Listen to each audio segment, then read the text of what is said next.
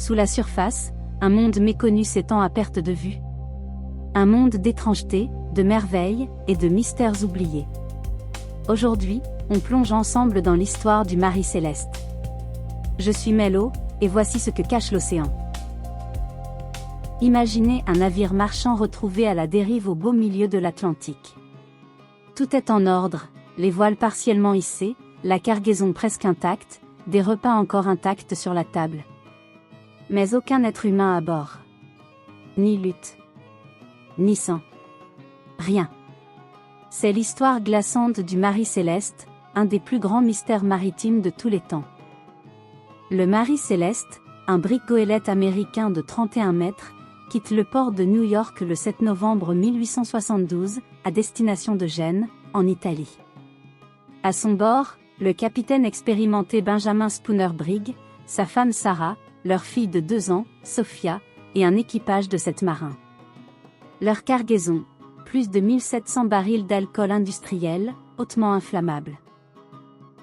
Le 5 décembre 1872, soit un mois après le départ du Mari Céleste, le Dei Gratia, un autre navire américain, repère le Mari Céleste dérivant à environ 600 km des Açores. Une enquête est ouverte.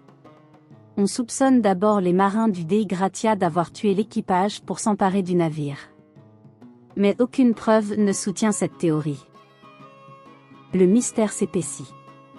L'enquête révèle que 9 barils d'alcool sont vides. Mais rien ne prouve une explosion. Et pourquoi l'équipage aurait-il fui un navire en bon état, en pleine mer, sans émettre de signal de détresse? Depuis, les théories se multiplient. Certaines plausibles, d'autres plus farfelues. Théorie 1, explosion accidentelle. Une explosion de vapeur d'alcool aurait pu effrayer l'équipage, les poussant à abandonner temporairement le navire. Mais il ne serait jamais revenu. La cargaison principale du navire, 1700 barils d'alcool brut. Lors de la récupération, 9 barils étaient vides. Et s'il y avait eu des fuites? Des vapeurs s'échappant dans la cale, une odeur suffocante, la peur d'une explosion? Peut-être que le capitaine a ordonné une évacuation temporaire, le temps d'aérer le navire. Mais la mer n'a pas laissé cette chance. Le canot a dérivé. Et le Mari Céleste, lui, a continué seul. Une explication logique, mais sans preuve de panique. Pas d'incendie. Pas de dommages visibles. Théorie 2, phénomène naturel. Et si une vague géante avait balayé le pont? Une vague scélérate, haute comme un immeuble, surgissant sans prévenir, aurait pu semer la terreur.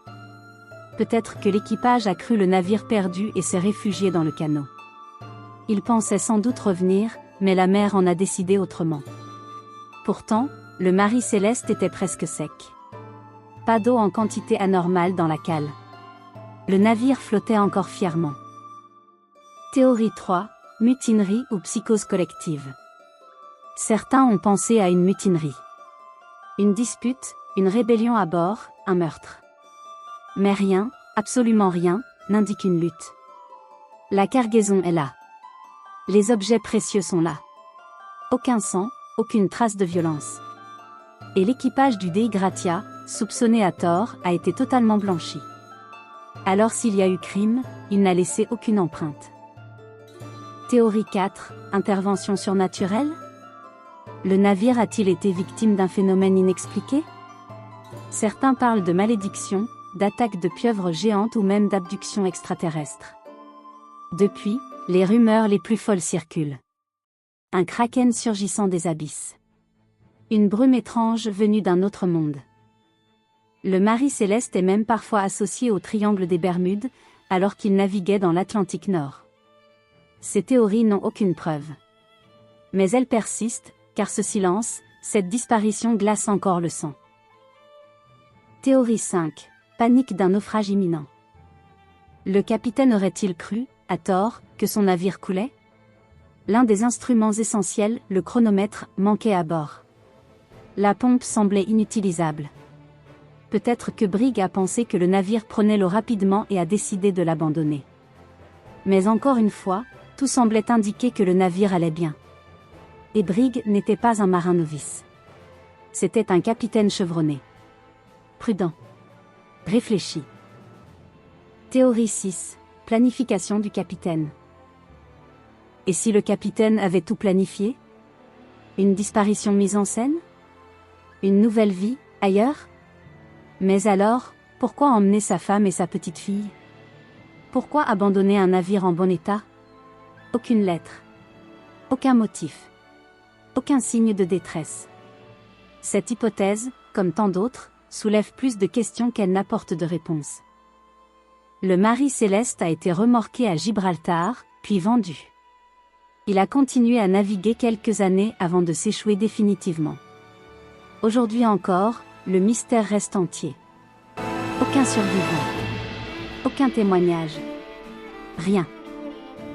Ce navire fantôme fascine depuis plus de 150 ans. Et vous, que pensez-vous qu'il s'est passé à bord du Marie Céleste? Laissez votre théorie en commentaire, abonnez-vous pour plus d'histoires maritimes, et à bientôt dans les abysses du mystère.